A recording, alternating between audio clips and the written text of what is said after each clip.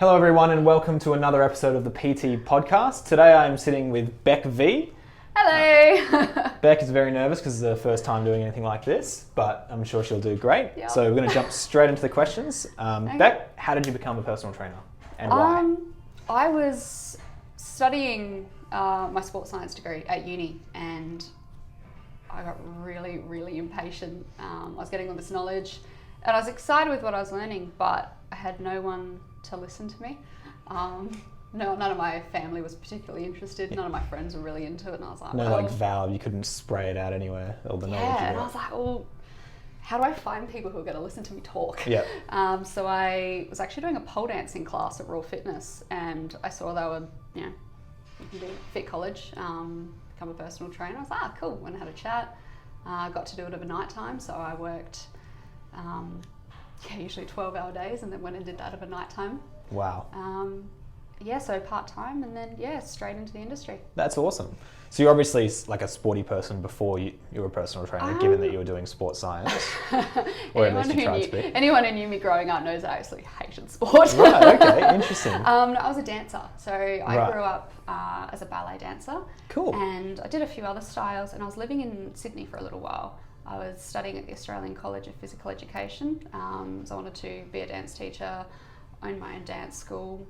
The dream was always to teach dancing, and moved over there, started doing it, was part of a small dance company as well that toured, competed and performed, but it became more work than something I actually enjoyed. Yeah. So decided to move back to WA. I'd been accepted into this course at uni. I was like, I like fitness.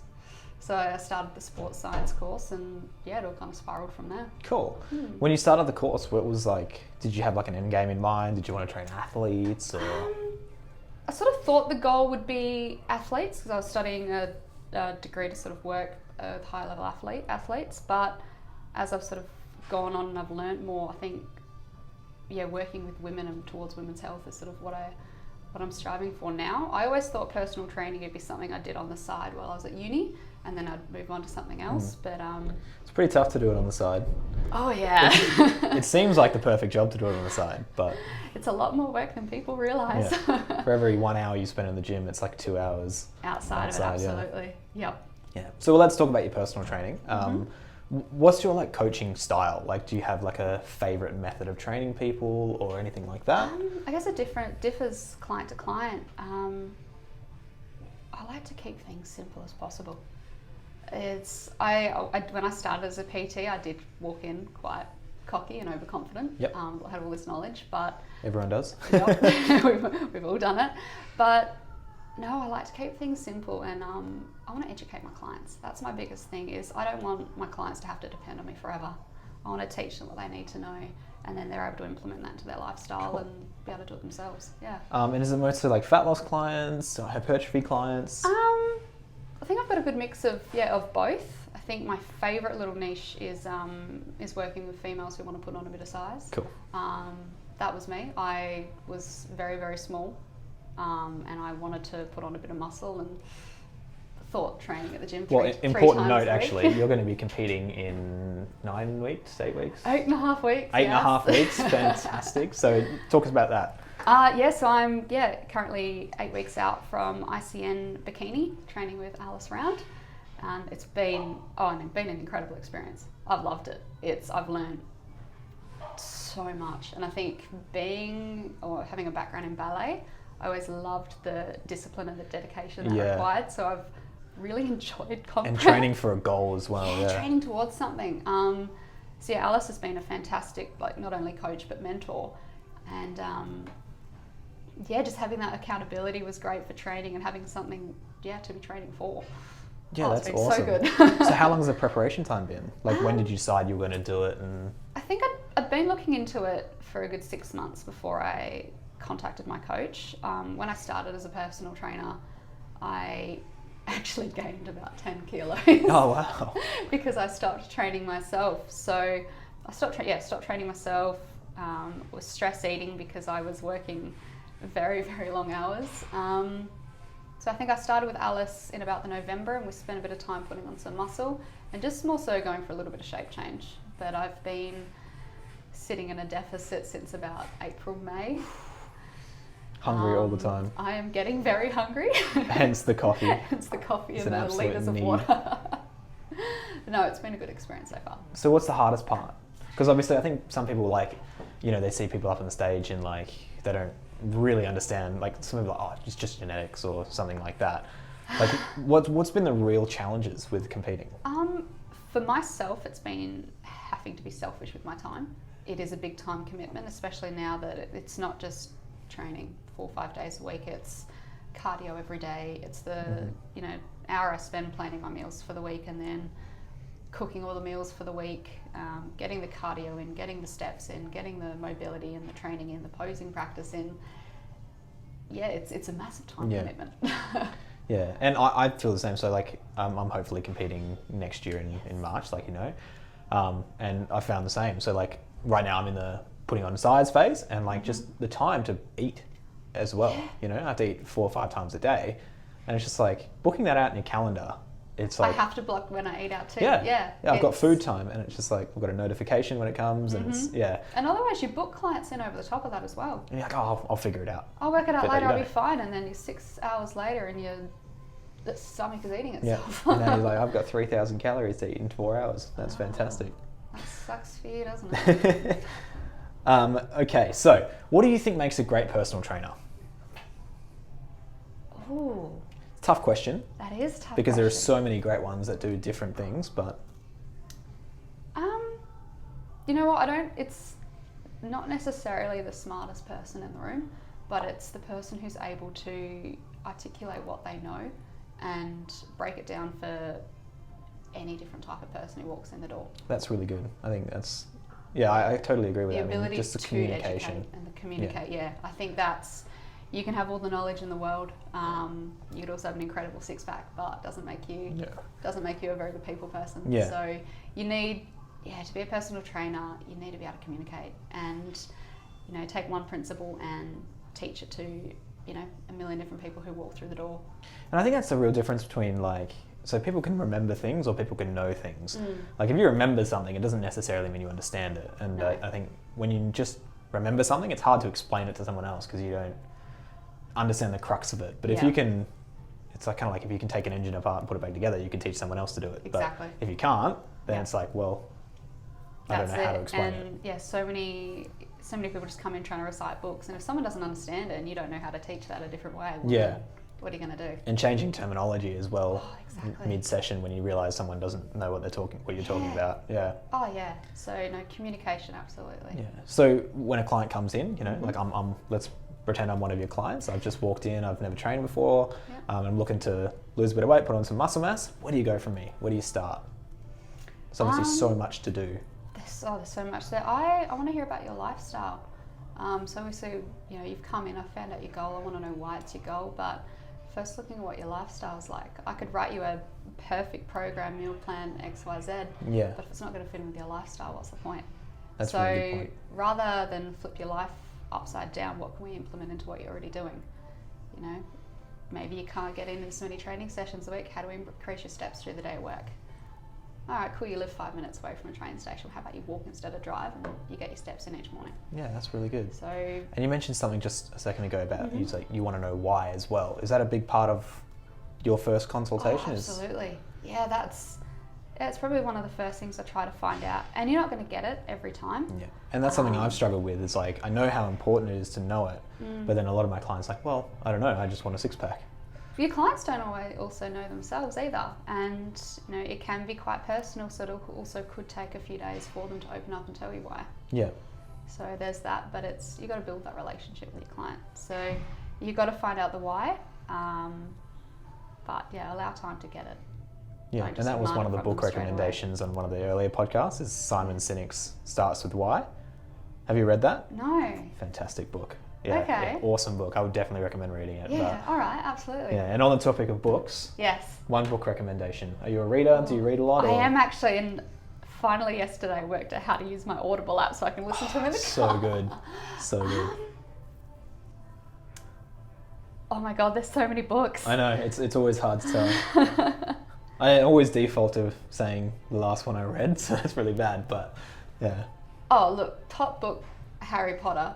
Moving on from that, I am finally reading, I can't remember what it's called. It's the book about not giving any fucks. Oh, The Subtle Art of Not Giving a Subtle Art Fuck. of Not Yeah. Giving a Fuck. A lot of people are reading that right now. Yeah, it is fantastic. I've heard, yeah. So break it down, like what's that about? I'm only 3-4 chapters in so far, but it's just really eye-opening, and yeah, have you read it? No, I haven't read it, but I've heard a lot about it. I'm only a couple of chapters in, so I can't really say too much about it, but it's making me sort of question even like my priorities in life and what I'm doing, whether in a business or a personal sense, and just where you're allocating your fucks. Yeah. You have a certain fuck allowance that you can allocate to places. Yeah, that's it. And being in prep at the moment, my fuck allowance is a lot smaller Very than small. I'm choosing to give it to. Yeah. But especially 8 weeks out, my God. Yeah, and you got to prioritise your fucks. Yeah. I hope you can swear on this podcast. Well, I think if we can't use any of this podcast, so no, it'll be fine. But no, it's you got to allocate them. Yeah. There's no point spending, a good hour every day getting, frustrated and upset because someone got your coffee wrong. You ordered your coffee in the morning. So on that, do you have to, like, with being 8 weeks out of comp, do you have to cut, like, what type of stuff do you have to cut down on? Not that I am a massive socializer, but I'm not really I'm not going out at the moment. I'm having to prioritise my sleep a lot more. Normally I'm more than happy to stay up and do an all-nighter and just smash out a heap of uni work or my other work that I do. But I'm having to prioritise sleep now. So it's, okay, put that aside, do that in the day, don't go out socialising, but that's when I do my work so I can get my sleep in, can get my training in. How many hours a night do you sleep? Or do you feel like you have to sleep? The goal at the moment is 7 hours, 7 to 8. I usually am a 45 hour a night. Wow. Sitting at about 6 at the moment, trying to get to 7. Is that just because of your schedule, or is it just you feel like you don't need it? Schedules definitely comes into it. I'm sort of slowly getting a little bit better with how I'm commoditising my time, but I'm up early, I'm working late. I also don't sleep very well anyway. So I'm very go, and then I crash hard every old sleepless elite. months. If I don't get 8 hours, I'm out of commission for the whole rest of the day. That's why I drink so much coffee. Yeah, true. Well, I do that. I sleep a lot, and I drink a lot of coffee. So. Oh, no, I am trying to, I sit there and I tell all my clients, but no, I am trying to prioritise my sleep. That's probably my biggest goal at the moment for myself. Cool. And what do you reckon, what's the biggest problem you always have coming in with clients, So like obviously everyone's got different challenges. What do you find comes up the most? I think there is so much misinformation in the industry that people come in, yes, they come in confused, but it's almost as if the industry wants to make it as hard as possible for people to reach their goals, or people can also be quite stuck in victim land, or they're just not willing to make the change that they need, as small as they need to be. Everyone wants the magic pill. Everyone wants this magic pill, and it doesn't exist. Yeah. Yeah. Well, I mean, I think it works on both sides of the coin as well. So like everyone wants the magic pill to get their fitness goals, but then everybody wants the magic pill to be able to sell their product as well. Yeah. And I think that's what kind of feeds it, So these magazines and things like that, they've got to sell their magic pill in one sentence, like buy this bar because it's going to make you lose 10 kilos. Absolutely. And that's, I think, where all the misinformation comes from, when there's no magic pill. There is no magic pill. Which is really difficult to explain to people when they first come in. Yeah, they're looking for, everyone wants something that's quick, that's fast, that's cheap, doesn't require a lot of effort. I want a six-pack in 10 weeks, and it's like, well, sorry, mate. They don't want to pay $10 to get it. Yeah, it's hard to sort of tell your client, no, sorry, it's not going to happen. It's all about trade-offs. Yeah, and it's also telling people, you have to tell people what they don't want to hear sometimes. Yeah, definitely. The honest truths of it, realistically, it's going to take this long. They don't want to hear that. Yeah. And also it depends on the person as well, because somebody, they might have realistic goals, but like you were saying, with their schedule and their stress load and everything like that, it can seriously affect results. Oh, absolutely. And everyone has got the same 24 hours in a day. It's sort of where you choose to prioritise your hours. Everyone's just going to be different. And you can't force someone to make their training a priority either. And that's what I found as well. Like, mine is a top priority, but it's not going to be everyone. So it's like, okay, you've got, 4 or 5 other priorities. How can I implement this into your lifestyle to still help you reach your goal? Yeah. And I think that's kind of goes hand in hand with like, I don't think, so biggest change in my training with my clients lately is that I really realize that you can't control results, you can only control behaviors. Yeah. So I almost don't even care when my clients get results, but when they show me that they're tracking all their training and all their food, I'm like, fuck yeah, give me a high awesome. five. Yeah. Yeah, and then when they lose 5 kilos, I'm like, yeah, cool man. Yeah, well done. Remember, it was the behaviors that got you there, not the other stuff. Yeah, and that's what they forget. Yeah, exactly. All right, so if you could hijack the world's screens, one day, Ooh. every screen, what would you put on there? Oh, that's a It can good be question. goofy, it can be serious, it can be anything. Oh my God, there's so many things. I'd say do your research. As boring as that is, Cool. do your research.